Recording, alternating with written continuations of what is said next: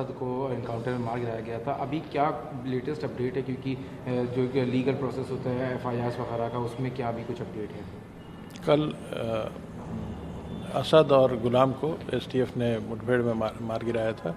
ये दोनों इन दोनों ने 2 कांस्टेबल्स की हत्या की थी प्रयागराज में, और साथ ही एक इम्पॉर्टेंट विटनेस श्री उमेश पाल का मर्डर किया था। और इनकी फोटोग्राफ्स घटनास्थल के आसपास लगे सभी CCTV कैमराज में भी दर्ज हो गए थे, और ये फुटेजेस पूरे देश में विभिन्न मीडिया के माध्यम से प्रचारित हुए थे। आज कल रात ही इस प्रकरण में STF के डिप्टी SP नवेंद्र कुमार द्वारा FIR दर्ज करा दी गई है, और साथ ही इनके पोस्टमार्टम की कार्रवाई भी समाप्त हो गई है। अब पुलिस इंतजार कर रही है कि इनके परिवार वाले इनके बॉडी को क्लेम करें और उनका फिर लास्ट राइट्स कराई जा सके। गुड्डू मुस्लिम के बारे में भी अपडेट आ रहा है कि उसके के भी इनपुट्स मिल रहे हैं, तो अभी क्या ऑपरेशन में ऐसा कुछ है इसमें कि उसको भी गिरफ्त में आ चुका है गुड्डू मुस्लिम? नहीं, बिल्कुल ये गलत बात है। लगातार STF की टीम्स इनको ट्रैक करने की कोशिश कर रही हैं, लेकिन अभी इस पर और कोई अपडेट नहीं है। UPSF का कितना बड़ा ऑपरेशन था, क्योंकि लंबे वक्त से STF इस पूरे ऑपरेशन को हैंडल करी थी, बहुत वाइजली कई चीज़ों पे, कई इनपुट्स पे काम किया गया था, तो एज ए पुलिसिंग में कि कितना वाइज देखा जाता है इसको? इसमें ये one of the few operation हैं जिसमें STF ने अपने सभी टीम्स को लगा दिया था, अपनी पूरी ताकत झोंक दी थी। इसके पहले बहुत ही कम केसेस में हुआ है ऐसा, और चूँकि ये केस इतना इम्पोर्टेंट था, इस प्रकार का मर्डर जो एक माफिया गैंग द्वारा किया गया, वो क्रिमिनल जस्टिस सिस्टम के पूरे रूट्स पर अटैक था। क्योंकि अगर गवाहों की इस प्रकार हत्या होगी और तो फिर कोई भी व्यक्ति गवाही देने के लिए खड़ा नहीं होगा, और पूरा क्रिमिनल जस्टिस सिस्टम ही कोलैप्स कर जाएगा। कल जो इनकाउंटर हुआ उससे एक तो ये जो आरोपी था, एक वो, दूसरी जो प्रेस कॉन्फ्रेंस में भी बात आई थी कि लोग की आगे की प्लानिंग भी थी, तो उसको भी कहीं ना कहीं पूरी तरह से नलिफाई करने में, क्योंकि अतीक के काफिले को कॉन्वॉय के ऊपर हमला करके उसको बचाने का, या आगे की भी जो साजिश हो सकती थी, उस पर भी कहीं ना कहीं अंकुश लगा हुआ है। इनके द्वारा कुछ इंसिडेंट्स क्रिएट किए जा सकते थे जिससे पुलिस और ज़्यादा बैकफुट पर आ जाती, इन्वेस्टिगेशन हैम्पर हो जाते, मुलजिमों के खिलाफ सबूत जुटाने में और मुश्किल होती, खास करके ऐसे मुलजिम जो डायरेक्टली इन्वॉल्व नहीं है, वो 120B के मुलजिम हैं, कॉन्स्पिरेसी में शामिल रहे हैं। तो ये सभी अब पॉसिबिलिटीज़ नेगेट हो गई हैं इस मुठभेड़ के बाद, और उम्मीद है कि अब इन्वेस्टिगेशन भी अच्छी तरीके से होगी और इन सभी मुलजिमों को हम कड़ी से कड़ी सज़ा दिलाने में कामयाब होंगे। Thank you. ये कैसे नैरो डाउन किया इसके बारे में हम यहाँ डिस्कस नहीं करेंगे, लेकिन आज काफ़ी मेहनत के बाद STF की टीम ने फाइनली इनको ट्रैक डाउन करने में इनको सफलता प्राप्त हुई। हमें पहले से जानकारी थी कि इनके पास सोफिस्टिकेटेड वेपन्स हैं, तो STF टीम पूरी तैयारी के साथ थी। और झांसी में आज जो मुठभेड़ हुई है, इसमें असद और गुलाम, जो इस घटना के प्रमुख शूटर्स थे, वो मारे गए हैं। इस घटना को पूरे देश ने लगभग लाइव देखा था, क्योंकि CCTV फुटेजेस उपलब्ध थे, और किस तरह से इस पूरे गैंग ने कार्रवाई की थी। ऐसे व्यक्ति को जो उनके खिलाफ गवाह था और उसको पुलिस की सिक्योरिटी प्राप्त थी, 2 गनर्स थे, उसको तथा उसके 2 गनर्स को मार दिया था।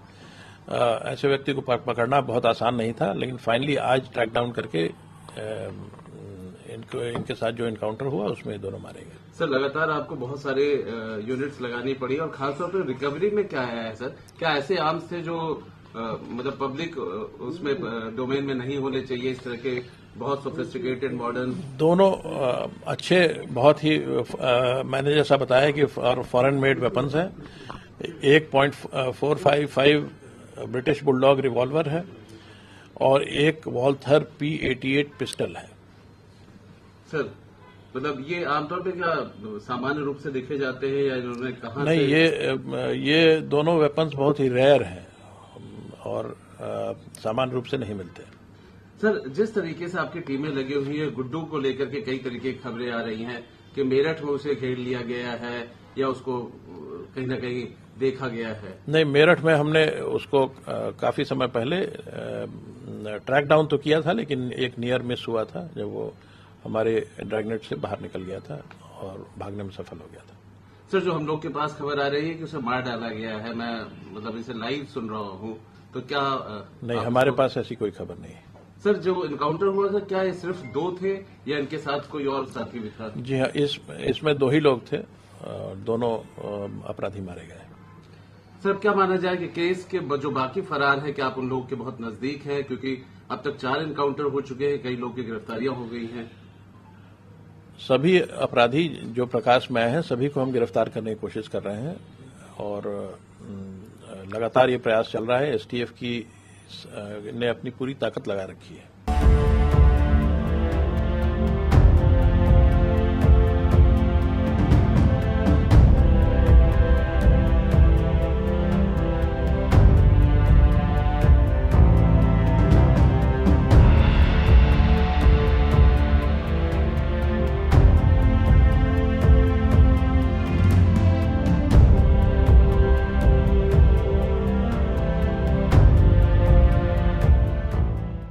सब हो गया है, फाइनल हो गया है, सारे लोग आपके लोगों के सामने ही हुआ है और हम अब इस मौके पर, इस गम के मौके पर और हम ज़्यादा कुछ ना बोल पाएंगे। परिवार की तरफ से बाबूजी कौन कौन शामिल हुआ, जो आरोपी नहीं है उनमें, उनकी बात कर रहे हैं। अब परिवार के लोग तो बहुत से हैं, बहुत से लोग आरोपी नहीं हैं। हाँ, हम भी जो है तो परिवार ही के हैं, हम भी परिवार ही के हैं, हमारे जो है तो रिश्ते के हैं। हाँ, पड़ोसी भी हैं, सारे कुछ को। क्या रिश्ता है आपका? जी, हमारा रिश्ता जो है, हमारे जो है ये नाती लगते हैं, नाती लगते हैं, सगे नाती नहीं है, मतलब नाती हैं, रिश्ते में नाते हैं, है ना जी। नहीं, बॉडी हम लेने नहीं गए थे, बॉडी लेने उनके फूफा गए थे। परिवार के और कोई लोग शामिल हुए इसमें जिनको कहा जा रहा है? परिवार के लोग, परिवार के लोग और भी शामिल हैं, शामिल हुए हैं। नहीं, उनकी कोई बहन नहीं है जी। कौन? उसको हम ना बता पाएंगे कि आई है कि नहीं आई ना। पुश्तैनी मकान नहीं ले जाया गया, सीधे यहाँ ले जाया गया। पुश्तैनी जो मकान जहाँ पर, वहाँ पर आप लोग पहले आए थे चकिया के पास, जो मकान गिरा हुआ है पुश्तैनी मकान वही है।